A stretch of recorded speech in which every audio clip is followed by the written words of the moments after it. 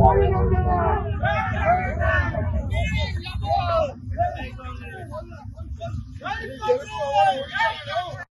మెజారిటీతో 50,000 మెజారిటీతో గెలుస్తుంది మా బావగారు నవీన్ యాదవ్.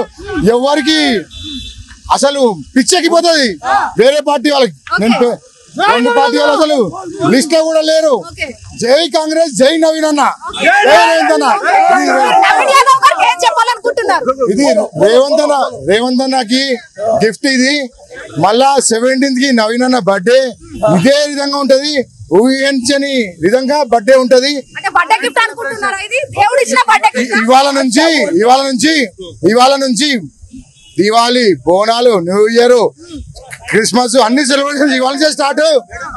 రాష్ట్రం అంతా చేసుకునే పార్టీ ఇవాళ, రాష్ట్రం మొత్తం చేసుకునే పండగ.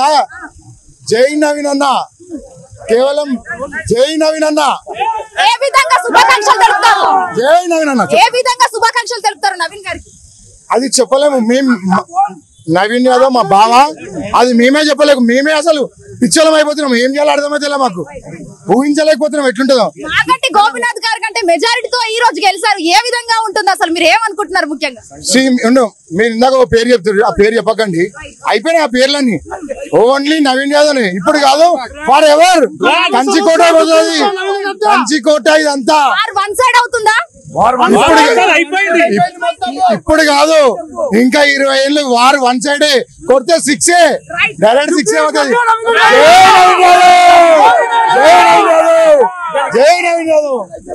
ఆల్రెడీ అధిష్టానం ఇచ్చిన, ఏవైతే అధిష్టానం టికెట్ ఇచ్చిందో ఆ రోజే గెలుపుండే నవీన్ యాదవ్ది. అదే విధంగా మేము ఎప్పుడో ఊహించాము ఇంత మెజార్టీతో వస్తుంది. ఎందుకంటే ఆయన ప్రజల మనిషి. ఆయన ఉన్నా లేకున్నా, ఓడినా గెలిచినా ఎప్పుడు ప్రజల్లో ఉండే మనిషి. సో ఎప్పటికీ కాదు, ఇప్పటికీ కాదు, ఎప్పటికైనా జూబ్లీస్ అడ్డా, నవీన్ యాదవ్ అడ్డా. కుటుంబం ఏ విధంగా సెలబ్రేట్ చేసుకుంటుంది? కుటుంబం కన్నా బయట ప్రజలు మాకన్నా ఎక్కువ సెలబ్రేషన్ చేసుకుంటారు. అదే మా సంతోషం. మెయిన్ మాకు వర్క్ చేసిన కార్యకర్తలు మెయిన్. వాళ్ళతోనే మేము సెలబ్రేషన్ చేసుకోవాలనుకుంటున్నాము. మామూలుగా ఉండే సెలబ్రేషన్స్ ఫర్ ఎవర్ ఉంటది. మొత్తం తెలంగాణ మొత్తం సెలబ్రేషన్స్ ఉంటది. పక్క ఆంధ్ర కూడా సెలబ్రేషన్ చేసుకుంటారు. జై నవీన్ యాదవ్, జై నవీన్ యాదవ్, జై నవీన్